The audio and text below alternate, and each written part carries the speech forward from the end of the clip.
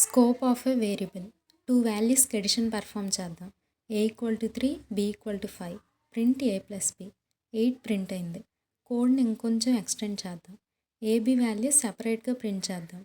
a=3, b=5, 8. ఇది మీ output. ab values function లోపల initialise చేసాం కదా, వీటిని బయట యాక్సెస్ చేయొచ్చా అంటే out side the function print b అని ఇస్తున్నా. ఎర్రర్ వస్తుంది.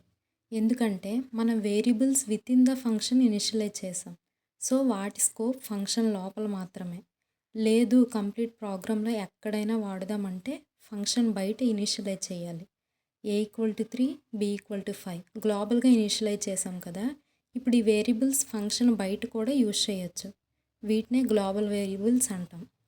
అదే ఫంక్షన్ లోపల ఇనిషియలైజ్ చేస్తే లోకల్ వేరియబుల్స్ అంటాం. సింపుల్గా చెప్పాలి అంటే వేరియబుల్ని ఎక్కడ యాక్సెస్ చేయగలమో చెప్పేదే స్కోప్ ఆఫ్ ఏ వేరియబుల్. ఇవి 2 టైప్స్. గ్లోబల్ వేరియబుల్స్ అంటే ఫంక్షన్ బయట రాస్తాం, వీటి స్కోప్ ప్రోగ్రాంలో ఎక్కడైనా యూజ్ చేయొచ్చు. Local variables inside function initialise చేస్తాం, వాటి scope with in the function మాత్రమే ఉంటుంది.